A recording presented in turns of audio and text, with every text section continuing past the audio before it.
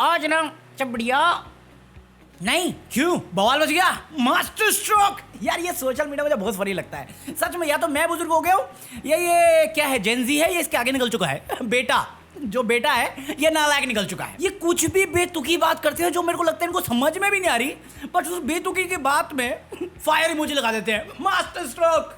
और जो लॉजिकल बात होती है उसके पीछे क्लाउन इमोजी लगा देते हैं जोकर। अबे कुछ भी या तो तुम बहुत आगे निकल चुके हो या मैं मंगल ग्रह पे बैठा हुआ हूँ आराम से, क्योंकि ये दुनिया मेरे पल्ले के बाहर है। ये दुनिया पित्तल दी बेबी डॉल में सोने दी। हाँ है ना, अगर तुम नए हो तुम सोचो क्या कर रही है ये पॉलिटिकल न्यूज में मुजरा कैसा। भाई इसका एक सिंपल सा जवाब है, हमारे यहाँ ऐसा ही होता है। भाई मेरे से सवाल करने से पहले अपने अंदर झांक, अपने ईमान में क्लीवेज मत देख अपनी।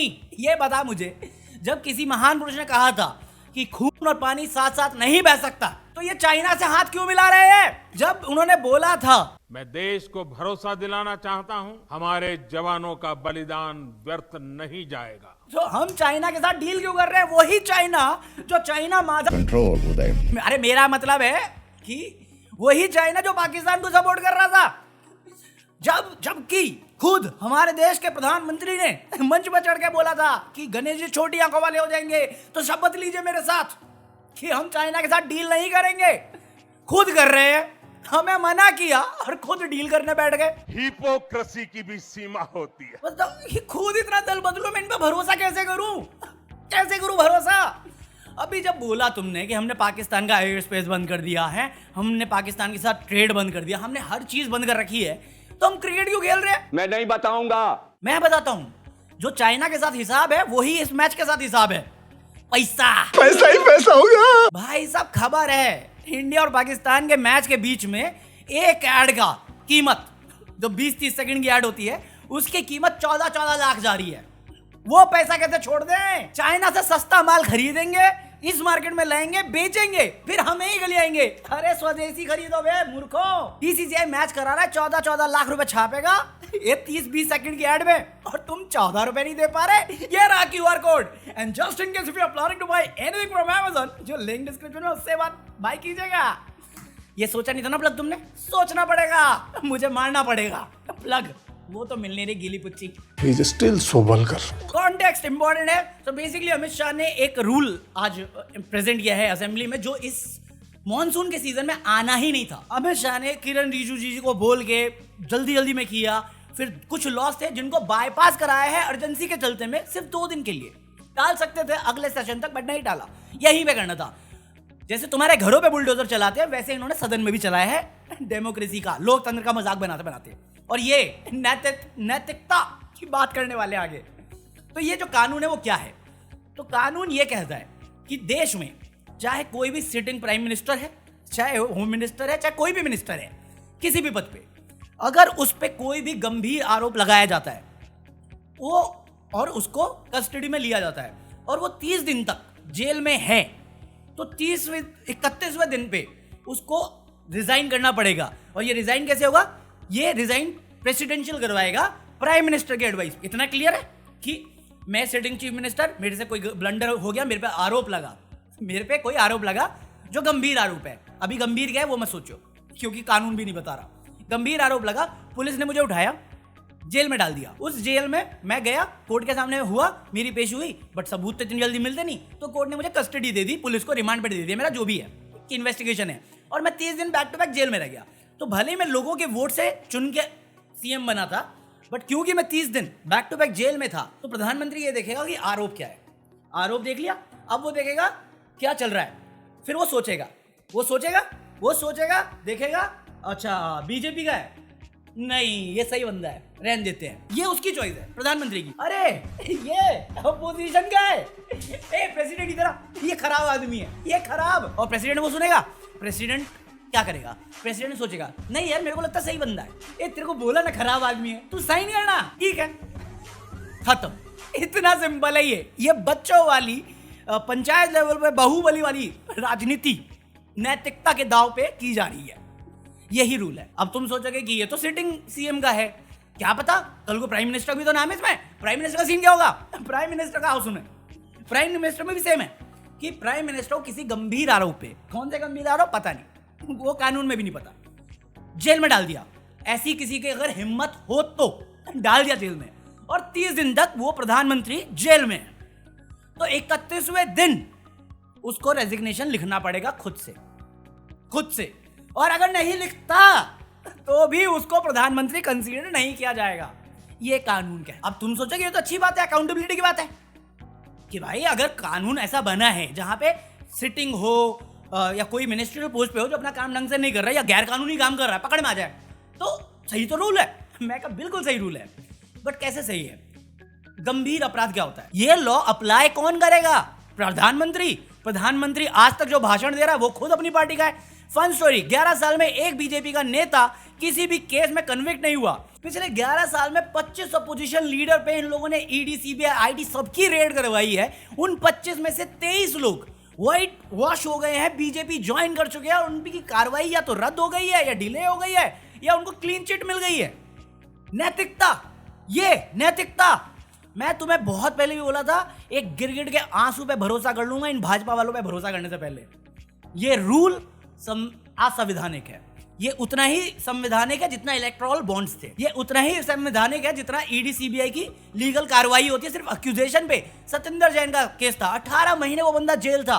कोर्ट ने क्या हुआ है, इन द एंड सीबीआई ने बोला हमारे पास कोई एविडेंस नहीं कि उन्होंने कुछ किया है। 2002 दंगे की बात थी, कोई एविडेंस नहीं, क्लीन चिट लेके बैठे दोनों के दोनों। 3 महीना जेल में टाइम स्पेंड करके कौन आया था? हमारे गुजरात के पूर्व सीएम तड़ीपार अमित शाह। नैतिकता का भाव देते हैं। इनसे पार्लियामेंट में पूछा गया कि आपने रिजाइन किया था क्या? ये कहते हैं मैंने नैतिकता पे के आधार पे रिजाइन किया था। मैं कहा आपको पहले तो एग्जाइल में भेजा गया था गुजरात से, क्योंकि आपका इन्फ्लुएंस इतना तगड़ा था। आज भी उसके प्रूफ पड़े हुए हैं, बट कोई सब अंधे हैं वहां पे अपेरेंटली। दूसरा, आपने रिजाइन कब किया था? 1 दिन पहले, लेस देन 24 आवर्स। वो भी आपकी तरफ से अनाउंसमेंट नहीं आई थी, मोदी जी ने एयरपोर्ट पे अनाउंस किया था, याद है मुझे, पता है मुझे, मीडिया सामने खड़ी थी कि मेरे को रिसीव हो गया। क्या दे रहे हो जुमला? इस चाणक्य पे भरोसा है तुम्हें? इलेक्ट्रॉल बॉन्ड भी मास्टर स्ट्रोक था, करोड़ों हजारों करोड़ का पैसा खा के बैठ गए। PM care fund private fund कैसे हो सकता है? प्रधानमंत्री की पोस्ट प्राइवेट पोस्ट कैसे हो सकती है? कोई जवाबदारी नहीं, और ये बोलते हैं भरोसा रखिए हम पे। भाई इस पे भरोसा रखना अपने घर में खुद आग लगाने वाली बात है, संविधान में आग लगाने वाली बात है। अगर तुम्हें लगता है ये लॉ हिटलर वाले लॉ से कम है तो नहीं, सही बोल रहे हैं वो लोग, वो पागल नहीं है, ये लिजिट हिटलर वाले रास्ते पे है। संवैधानिक वैसे ही हिटलर ने पूरा जो किया है कांड, उसने भी वही किया था। विंस्टन चर्चिल ने जो किया था वो भी कानूनन वैसे ही किया था, इसलिए आज तक उस पर कोई केस नहीं होता है। अरे बस कर भाई। नैतिकता का पाठ बढ़ाते हैं अमित शाह जी। कौन है? अजीत पवार। 7,000 करोड़ कौन घपला बोला था? किसकी 1,000 करोड़ की प्रॉपर्टी जब्त हुई थी? डिप्टी सीएम है महाराष्ट्र का। हेमंता बिस्वा शर्मा किस पार्टी में था? किस पे केस चला? हेमंत सोरेन कौन उसकी पार्टी को ज्वाइन कराया था उसके जेल जाने के बाद? किस पार्टी में गया? गैस कर लो। मेरे हिसाब से सारे कांड, सारे कुकर्म करने के बाद ये बोलते हैं हम शरीफ है, हम पे भरोसा रखिए। और मेरे अभी तक ये समझ में नहीं आना है इस मॉनसून सीजन में आपको ये लाने की जरूरत क्या है? आप करना चाहते हो? मेरे को पहले ये बताओ इस बिल में गंभीर अपराध है क्या? यूएपीए का रूल आपने चेंज किया, इलेक्शन कमीशन का रूल आपने चेंज किया, और ये रूल वैसे ही पास हुए हैं जैसे आपने टैक्स वाला रूल पास किया है, जहां पे आप एमपीज को सस्पेंड करते हैं, चुपके से बिल पास करते हैं। आप संसद में डेमोक्रेटिक वे से एक रूल पास नहीं कर पाते, आपको हमेशा चुपके से बैकडोर से ओवरराइड करके रूल्स को हर चीज करनी पड़ती है, और आप कहते हैं इस रूल का मिसयूज नहीं हो सकता। मैं आप पे बस भरोसा रखूं, आप मुझे ये जस्टिफाई नहीं कर सकते कि आपका बेटा आईसीसी का चेयरमैन कैसे बना हुआ है, कोई नहीं कर सकता। मैं आप पे भरोसा रखूं? चाणक्य सिर्फ नाम के लिए है एक इंडियन जेम्स बॉन्ड जिससे ठीक से चला नहीं जाता, एडवाइजरी है। ये चाणक्य है जो तड़ी पार है, और ये साले आप भाई कल तक ये चाहते थे तुम आंख बंद करके रहो, मत देखो जो घोपलेबाजी कर रहे हैं। अब ये चाहते हैं तुम आंख भी फोड़ लो, सोचना भैया, दिमाग बेच दो। बात तो सही है। आप मुझे बोल रहे हो आप नेताओं से पब्लिक अकाउंटेबिलिटी लेना चाहते हो इसलिए आप ये रूल ला रहे हो। मेरे को चलो एक बात बताओ, नेताओं से लेना है, ईडी की कन्विक्शन रेट कितनी है? लेस देन 1% या लेस देन 2%? इतने सारे लोगों पे 11 साल में केस हुए, कौन लेगा अकाउंटेबिलिटी? आप लोगे? बीएसएफ की अकाउंटेबिलिटी आप नहीं ले सकते, आप ईडी से लोगे। अगर वो सत्येंद्र जैन के केस में गलत साबित हुए, चाहे सीबीआई हुई, ईडी हुई, आईटी हुई, उनको पनिशमेंट के तौर पे क्या हुआ? आप कैसे गारंटी ले सकते हो कि इस रूल का मिसयूज नहीं होगा? आप नहीं करोगे, चलो आप नहीं करोगे, कल को पार्टी बदलेगी, वो करेगी। आप गारंटी दे सकते हो? दे दो अपनी सारी प्रॉपर्टी, संपत्ति और जितना भी है आपके खानदान में, लिख के ओथ पे। ये जुमला दे रहे हो आप मुझे? ये गैर कानूनी तरीका है, असंवैधानिक वे है। इलेक्शन कमीशन पे कोई सिविल और क्रिमिनल चार्जेस नहीं लग सकते। उनको आप बचाना चाहते हो क्योंकि वो आपकी वोट चोरी में हेल्प करते हैं, और यहाँ पे आप सिटिंग जो लोग चुन के ला रहे हैं उनसे उनकी गद्दी, एक पूरा डेमोक्रेटिक प्रोसेस बदल के चेंज करके सरकार गिराना चाहते हो, प्रेसिडेंट रूल लगाना चाहते हो ताकि सारी चीजें आपके अंडर आ जाए। जैसे मणिपुर पे कंट्रोल कर रखा है आपने कि जलता जलने दो, मरने दो, हमारी सरकार है, हम करेंगे जो करेंगे। एक अकाउंटेबिलिटी नहीं लेते हो, भरोसा रखे, नैतिकता की बात करते हो आप। आज की खबर है, दिल्ली में सीएम रेखा गुप्ता जी, उनको कोई गया, बीजेपी की इकलौती फीमेल सीएम है करंट टाइम में, उसकी सेफ्टी आप इंश्योर नहीं कर सकते। आप पे नैतिकता के नाम पे भरोसा मैं कभी नहीं कर पाऊंगा सर। भाई अंधभक्त छोड़ दो, रीजनिंग छोड़ दो इस बात की कि कल को सरकार बदलेगी। अगर ये रूल आया, इलेक्शन होंगे भी ना तो सिर्फ नाम के ही होंगे, जैसे अभी भी हो रहे हैं। अभी एटलीस्ट तुम्हें वोट डालने का हक मिल रहा है, अपोजिशन बचेगा ही नहीं, चॉइस है ही नहीं। तुम वोट डालने जा रहे हो, किसी को भी वोट डाल रहे हो आज के दिन, तो भी उनको जाता है, आगे वो नाम ही नहीं दिखेंगे तुम्हें।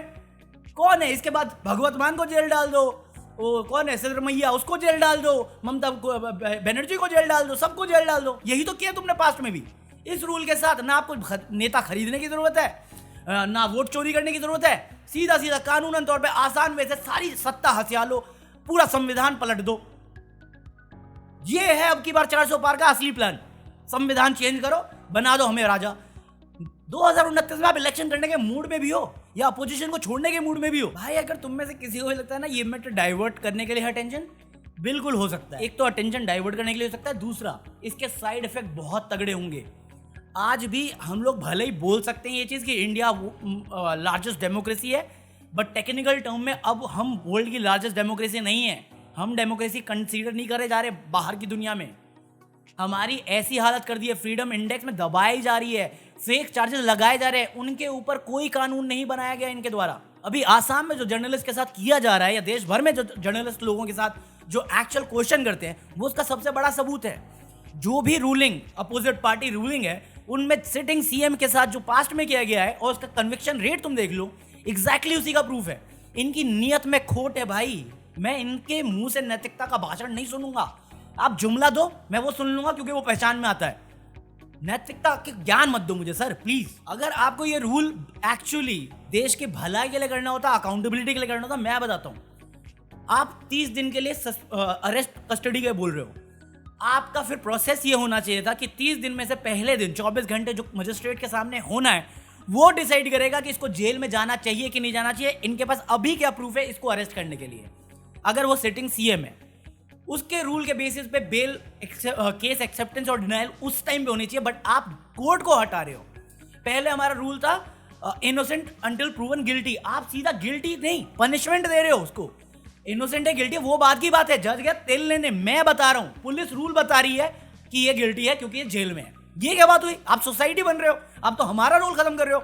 आप इलेक्शन कल को कराओगे ही क्यों? जब अगर मैं किसी को चुन के ला रहा हूं, आप तो किसी भी बेसिस पर हटा दोगे। इसमें कोर्ट का रोल, पुलिस का रोल, जितनी भी गवर्नमेंट एजेंसी है, उन सब की अकाउंटेबिलिटी आनी चाहिए कि पहले अगर किसी कांड में, किसी एलिगेशन पे पुलिस किसी सीएम को अरेस्ट करती है तो उसके पास बेसिक प्रूफ होने चाहिए। 24 घंटे के अंदर जब वो आदमी कोर्ट में जाएगा, कोर्ट का जज उस पूरे एविडेंस को एनालाइज करेगा और उसके बाद तय करेगा कि इसको 30 दिन तक जेल में रखना है कि नहीं रखना। और अगर फिर भी थोड़े भी स्ट्रांग होते उसे 15 दिन तक रखो। 15 दिन के अंदर पुलिस और सारी गवर्नमेंट एजेंसी का काम होना चाहिए कि वो अपनी बात साबित करे कि ये गुनहगार हैं, और 15 दिन में नहीं कर सकते तो कोर्ट का ये फैसला होना चाहिए कि उसको बेल मिलेगी और गवर्नमेंट एजेंसी अपना काम करते रहेंगी, कार्रवाई चलती रहेगी। बट आपने ना गंभीर आरोप क्लियर करे, क्योंकि गंभीर आरोप बनाने के लिए आपने ही संविधान में चेंज करके ऐसे लॉ बनाए हैं जहां पे आप जब चाहे जिसको चाहे उठा के जेल में डाल सकते हो, जब तक आपका मन चाहे। और उसके सबूत उमर खालिद जैसे हैं, जिसकी ट्रायल तक शुरू नहीं हुई, आज भी जेल में है। किस गुनाह पे पता नहीं, कब रिहा होगा पता नहीं, सबूत क्या है पता नहीं। सतिंदर जैन 18 महीने जेल में रहा, बीमार आदमी, पोस्ट छोड़नी पड़ गई, अंत में रिजल्ट क्या आया पता नहीं। हमारे पास कोई तो अरेस्ट क्यों हुआ था ना? आप जज को पार्टिसिपेट करना देना चाहते हो, आप गवर्नमेंट एजेंसीज को पहले भी पास में यूज कर रहे थे, जो आपका इतिहास है, आज भी आप करोगे। उनके ऊपर वापस कोई अकाउंटेबिलिटी नहीं दे रहे, वापस आप उनका मिसयूज करोगे जो आपका इतिहास कहता है। और लोगों से उनके वोट का मजाक तो आप पहले ही उड़ा चुके हैं वोट चोरी करके, अब उनको बता रहे हो तुम्हारी कोई वैल्यू नहीं रहेगी आने वाले इलेक्शन में।